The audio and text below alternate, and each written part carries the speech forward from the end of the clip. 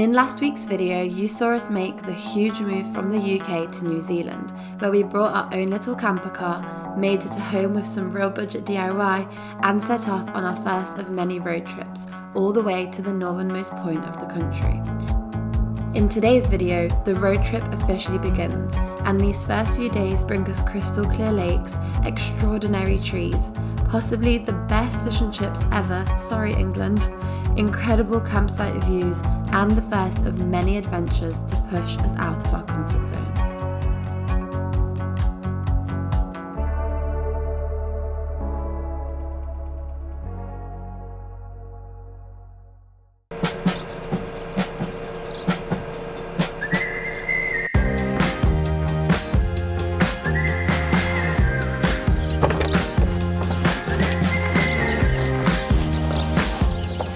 So now that you're all caught up, we will show you our first stop of our northern road trip, which is Iwi Lakes.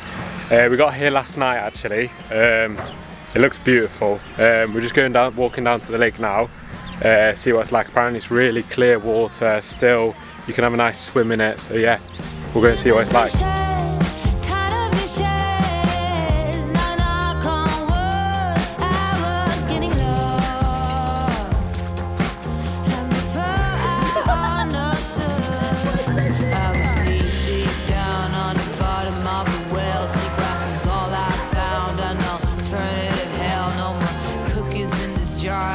Take it too far now. I dwell in the sand like a fish on land.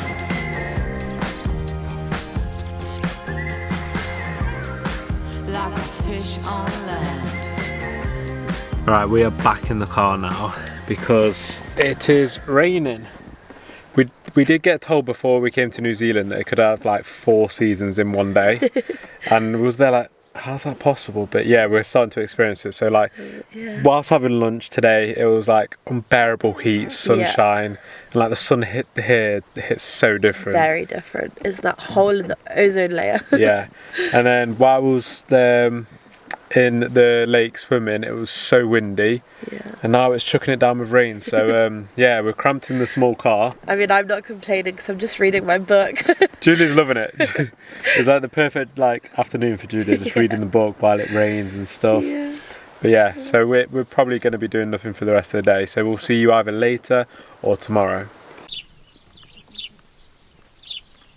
Good morning from inside the car because it is still pouring it down with rain. I think we were hoping it would pass by now, but it's probably here to stay for at least a few more hours. So Josh has braved it, bless him, and he's gone out to make some breakfast for us. Good morning. Good morning. I've been getting wet.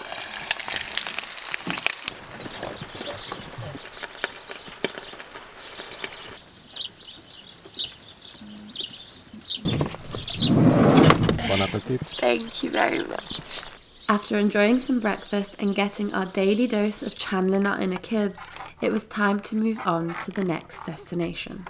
But starts. We're just gonna go for it. First we've got to get off this grass. It's been raining all night, so whether we're going to be stuck or something. We're on a 4x4. I won't be that lazy. Okay. Express delivery. Right, we'll see you at the forest. We drove the windy roads straight into Waipoua Forest, an incredibly beautiful place home to some of New Zealand's and the world's largest trees. Alright, we've just got here.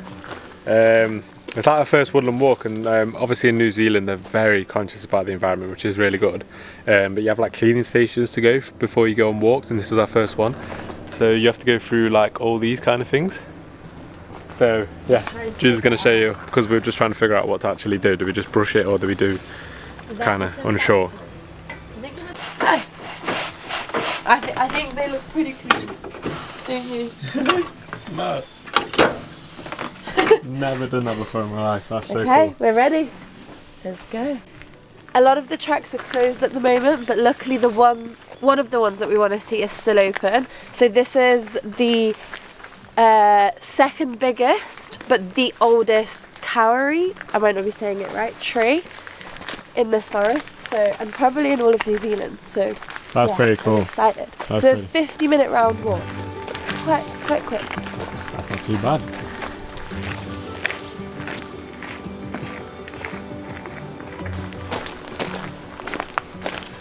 I think there used to be Maori settlements living here. Somewhere within these forests or around these forests. Yeah, it's very cool.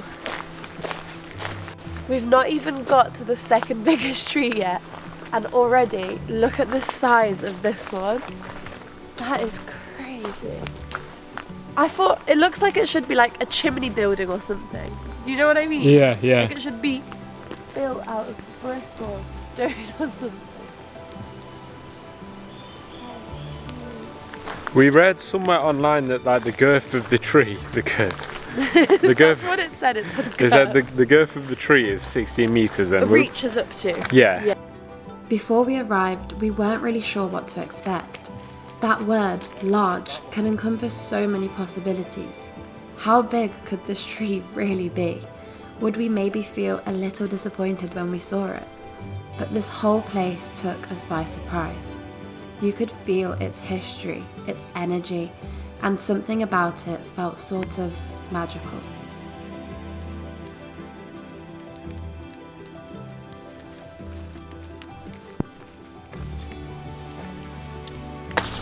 Right, the walk alone itself is really cool. It's just going through the rain today. I was cursing it this morning, but it kind of adds to the effect of like being in a little rainforest and stuff, so it's really cool.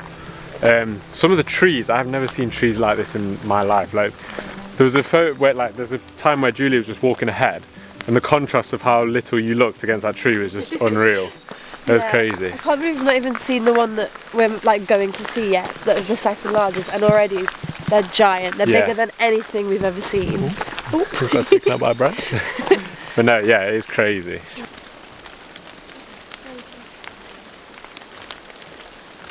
I'm in shock. You just turn a corner and it's there. It's like there's no signs like saying you're coming up to it, so you just like walk in, just like, oh, the birds like sound really cool, and then boom, just massive tree.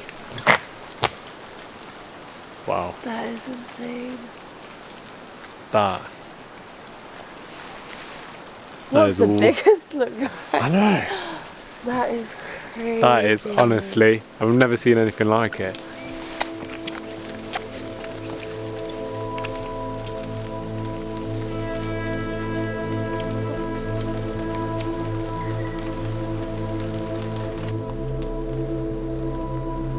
I'm just staring at it for a while, can't you? Yeah. I keep trying to imagine being like right up close to it and then like how big that would be.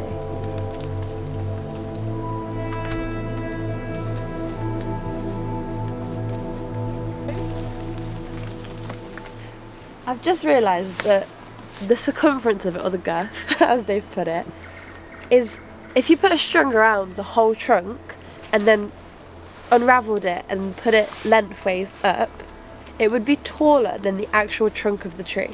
So the girth is 16.41 metres and the height is 10.21 metres. That's crazy, isn't it? That is crazy. And it's not like, think how tall it is. I mean, I don't know to what point they measure the trunk, but that's nuts. We honestly can't just stop staring at it. It's quite fun when you look away for like quite a bit because you're chatting or just something. look at some small trees. Yeah, and you just and then you look back at it and it's like, whoa. Yeah. I want to experience the feeling of coming around that corner again. Yes, that was when we saw it, crazy. like that was just like a complete like wow. Yeah.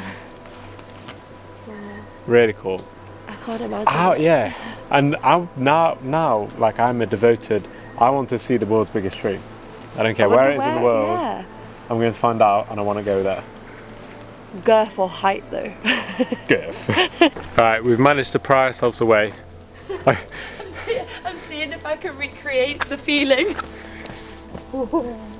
It's still pretty cool. Like, yeah, nothing will be able to get that initial shock that we first got when we got this corner.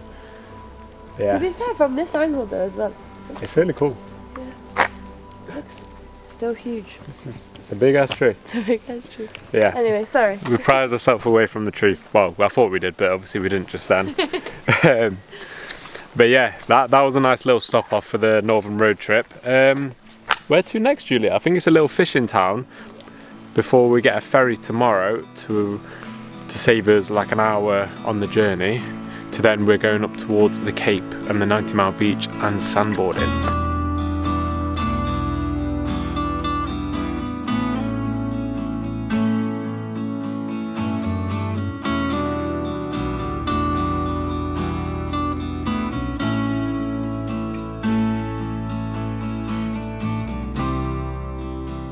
Right, we've just had to pull over to just admire this scenery because it's just beautiful. Honestly, it looks like it's edited. Yeah. Like the colours are so vibrant. I don't think I've ever seen a sea so blue. And then the contrast between the sand, the blue sea, and then the green rainforest with the clouds going over the top over here is just really like, it's wow. Seen some pretty cool stuff today. And it's our like only second day of like the road trip, so. Yeah. New Zealand, man, it's just it's giving these crazy landscapes. Alright, so while we're in, what's the place called? Opononi. It's like a little fish like seaside town, yeah. Yeah. It's tiny. And there's we've been seeing a lot of like they do fish and chips here, and apparently it's really nice. Apparently it's like Britain like love fish and chips. They do a lot here. So we thought while we're in a seaside town, there's like takeaway that's apparently like, all really good and like all the locals go to and stuff. So we thought we can treat ourselves to a bit of lunch. Yeah. This is our biggest downfall with budget is food. It's not that expensive though, you know, compared to what you spend in supermarkets. Honestly, yeah, to be fair, yeah. Grocery shopping here is crazy, so eating out don't feel like too bad. No. I'm excited. I'm very excited. Yeah. And you got the view of the sand dunes and everything here as well while we eat it, so it should be good.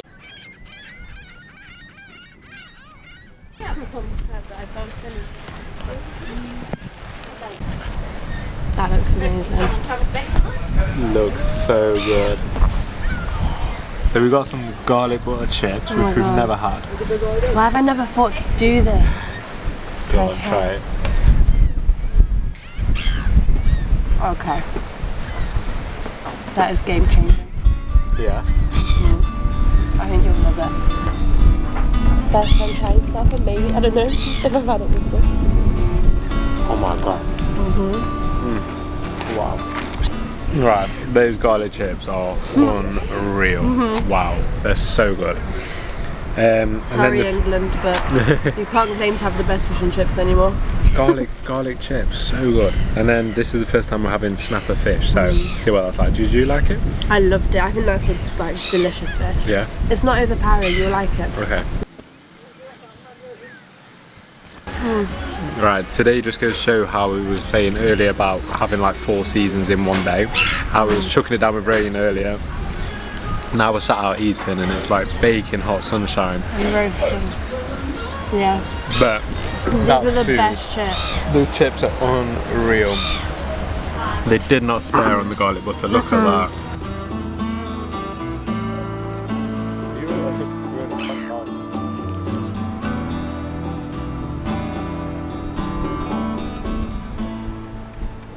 So apparently there was a really famous dolphin here in the 1950s that they called Oppo, which I think is what the town is named after. And it was really famous because it let children ride on its back. It was so friendly, which is just incredible to think. I'm going to see if I can find any photos. Yeah, like, and was it like untrained or something? They just let them ride on the back? I don't know, I don't really read into it, but I think that's meant to be like a, can you see it? I think that's meant to be like a model of the famous dolphin, and then obviously it's called Oppo Takeaways and has a dolphin symbol, so maybe it's all really good. Yeah, how cool is that?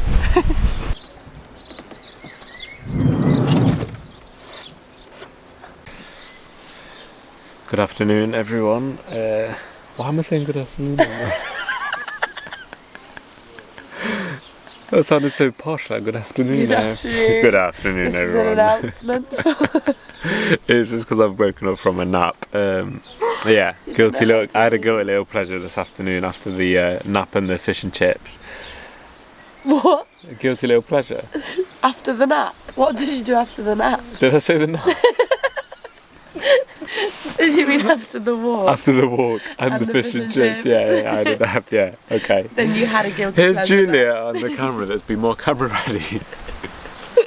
I don't know, I've been lost in my book whilst whilst Josh has been napping. But this has got to be some of like the best views we've ever had on a campsite. Like, it is unreal. Yeah. And To I be feel fair. bad for napping. Like, I feel like I should have just been out. It has been raining on and off, but I feel like I should have just been out here just looking at this view.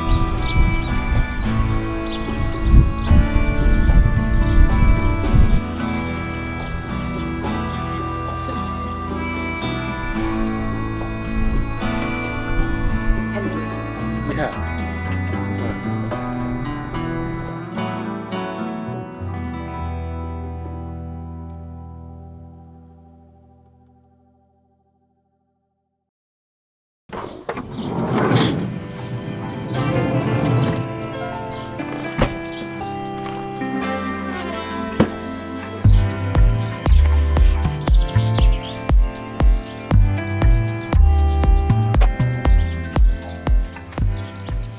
There's a feeling that we often experience during road trips, and the more we learn that feeling, the more we make sure to recreate that mindset in our daily lives. It's that feeling of satisfaction in doing ordinary things like, say, making breakfast in the most extraordinary of places. These things just feel so much more exciting, especially with views like this. Views that we were definitely sad to leave as we headed for the ferry to take us further north.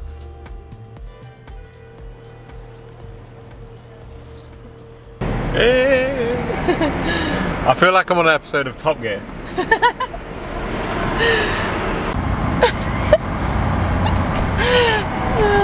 I don't know why it's making me laugh. Julie's getting so weirded out because we're like moving and we're in the car just moving. It's like we're in a car boat and like. Why is he weirded you out so much? I don't know. I've never been in a car on like a moving ferry. It just feels so weird.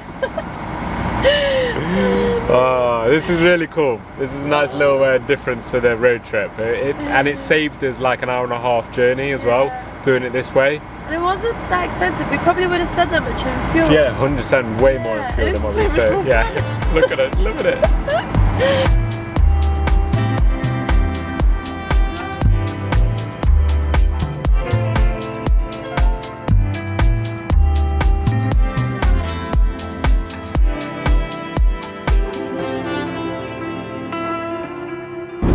We have no signal, so this is a total guessing game as to where we need to go. This is like a bit of an old school road trip.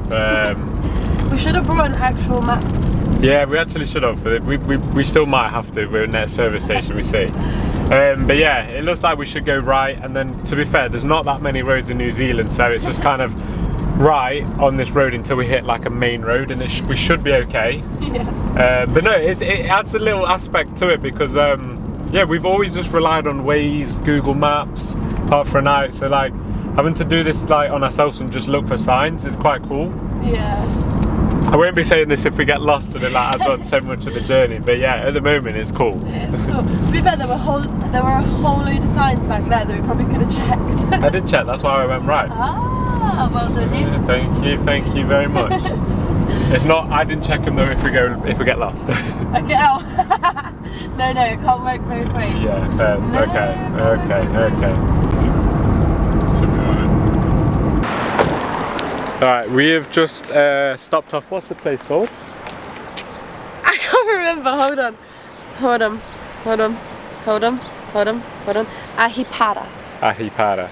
Which is basically the start of the 90-mile beach. Which is actually a really long stretch of beach, but only 55 miles. The name 90-mile beach comes from estimates way back when. Yeah, when the first European settlers like landed here, they just estimate. They kind of overestimated by a fair whack. Quite a bit. But if you like, we'll hopefully put a screenshot of the map in, so you can see obviously how long it actually is, and it is crazy long. Yes, and we're at the opposite end to where we want to be this afternoon for the sandboarding. But we've came here for a bit of lunch, and yeah, it's beautiful, and like it does stretch out so far. Quite cool to see like both ends of it as well, I think. Yeah, to see the start, and then we've still got like an hour and a half drive till the other end, where we will be this afternoon, which is pretty cool. Yeah, there's a long way still to go, but we need lunch. Yes.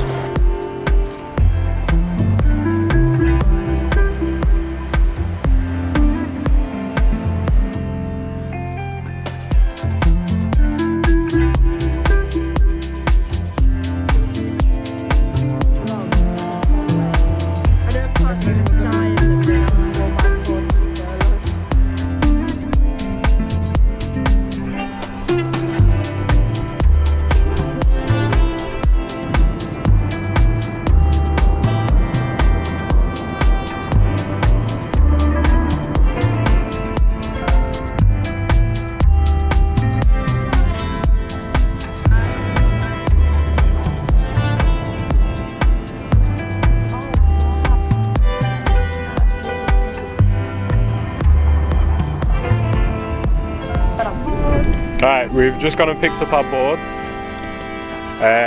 There's quite the daunting task of just like actually walking up the sand dunes, and I think that's the bit that scares me the most, is the walk Yeah. up and everything. They're giant. Yeah, they're big, to be fair. The camera just doesn't do it justice. They are quite big. How are you feeling, Julia? I'm a bit apprehensive. I've done this before, but on like tiny dunes compared to this. And there's all signs everywhere like, this is dangerous, you could get seriously injured. The alarm bells are just going off in my head. Ah, they have to do that just to cover their backs, don't worry about it. I know. All about getting out of your comfort zone, overcoming your fears. That's why we're here. So, It's part of the whole trip. let's go.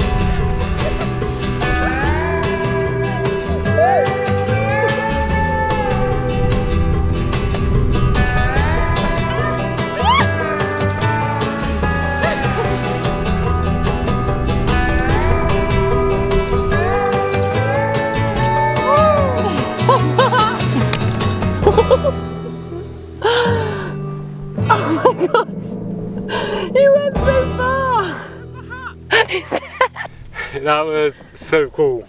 You don't think you're going to stop and you just think like you're going to go into the rocks, but other than that, it's such an adrenaline rush.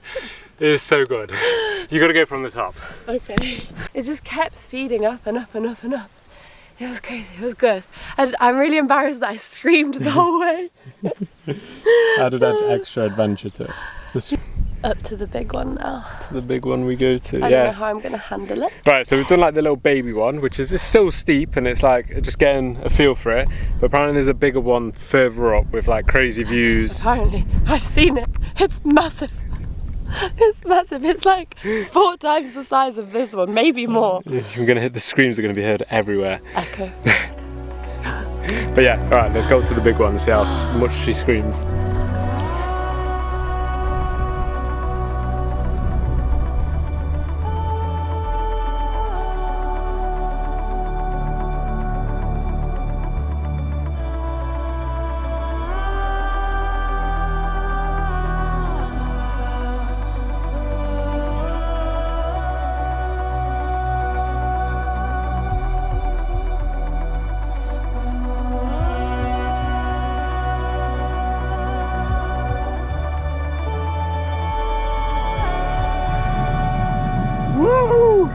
I made it to the top. The views here are amazing, and I'm about to go sun surf down there. Let's go.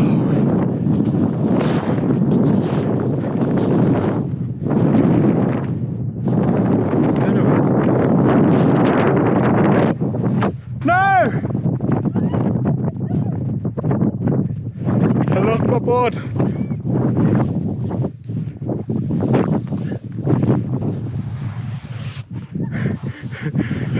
I thought I was gonna do all that walk, but oh my god, there's a sandstorm just hitting me right now. Oh, this is typical me. Because I'm not walking back up here again. Alright, you ready?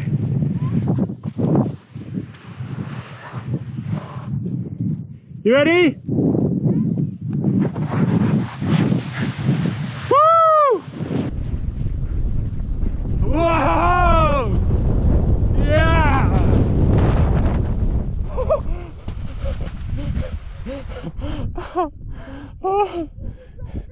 I have so much sand in my mouth. Close your mouth when you go. Oh, that was so good. I thought I'd have to come all the way back down to get my board, you know. My heart broke. Oh. Oh my god. Wow, that was an experience. That was so good.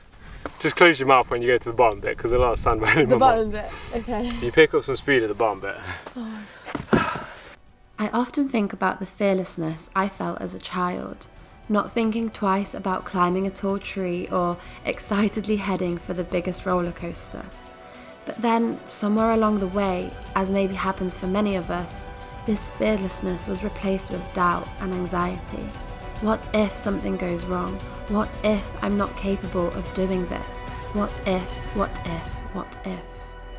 But in losing this ability to confront my fears, I also lost a sense of freedom. That feeling of I can do anything I put my mind to. And getting this feeling back, this freedom, that's what this trip is all about. And taking on this scary huge sand dune, well, that was just the beginning.